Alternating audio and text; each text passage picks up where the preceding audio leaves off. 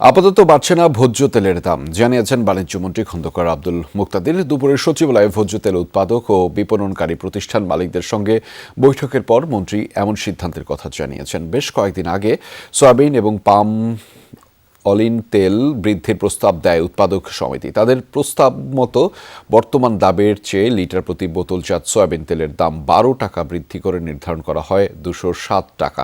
বৈঠকে সার্বিক দিক পর্যালোচনা করে মন্ত্রী জানিয়েছেন, আপাতত দাম বৃদ্ধি করবে না সরকার। মধ্যপ্রাচ্যে যুদ্ধের কারণে মূল্য বৃদ্ধির যৌক্তিকতার কথা স্বীকার করেন মন্ত্রী। তবে বৈঠক সূত্র জানিয়েছে, ভোক্তা পর্যায়ে মূল্য না বাড়িয়ে আমদানি পর্যায়ে শুল্ক ছাড়ের চিন্তা করছে বাণিজ্য মন্ত্রণালয়।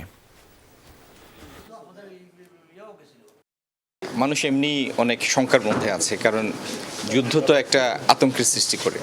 যদিও দূরেই হোক যুদ্ধ, তারপরেও আতঙ্কের সৃষ্টি করে। আমাদের প্রথম প্রায়োরিটি, অগ্রাধিকার হচ্ছে দেশে কোনো দ্রব্যের মূল্য যাতে না বাড়ে, ভোক্তা পর্যায়ে মূল্য বৃদ্ধি যাতে না ঘটে, সেটিকে অগ্রাধিকার হিসাবে নিয়েই আমরা পদক্ষেপ নেব।